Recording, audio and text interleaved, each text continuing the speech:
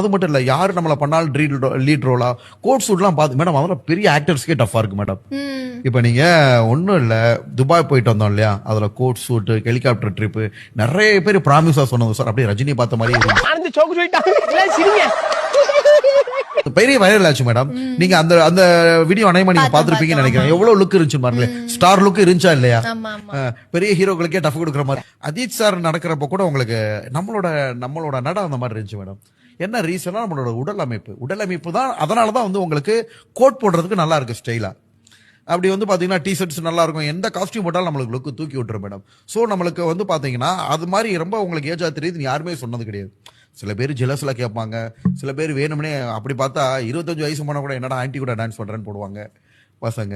சின்ன பொண்ணுங்களை கூட பிளேம் பண்ணணும்னு நினைக்கிறவங்க என்னன்னாலும் பேசிட்டு தான் இருப்பாங்க மேடம். ஆனா நம்மளுக்கு வந்து என்னன்னா பிளஸ் பாயிண்டா, இப்ப கூட கலக்க போகுது யார் சூட்ல கூட ஒரு பொண்ணு சொல்லுச்சு, நானா தான் சொன்னேன் ஏஜ், அவங்க கூட கேட்கல, என்னங்க இந்த அண்ணா வயசா நீங்க, இவரை விட நான் கம்மின்னு உங்களை நினைச்சுக்கிட்டு இருக்கோம். ஆளும் மூஞ்சும் நல்லா 3000 வருஷம். ஆனா நம்ம ஏஜ் மேலதான் எல்லாரும் 2 விஷயம் எல்லாரும் குறி வைக்கிறாங்க மேடம். நம்ம ஏஜ், நம்மளோட கல்யாணம். நீங்களே பார்த்திருப்பீங்க, ஒரு இன்டர்வியூ விடாம நம்ம வயசு அது என்னன்னு தெரியல, தமிழ்நாட்டு மக்களுக்கு நம்மள வயசு மேலேயும் நம்ம கல்யாணத்து மேலேயும் ரொம்ப என்ன விட ரொம்ப இன்ட்ரெஸ்டா இருக்காங்க. கல்யாணம் பண்ணிக்கலன்னு கேட்டாங்களா நிறைய பேரு?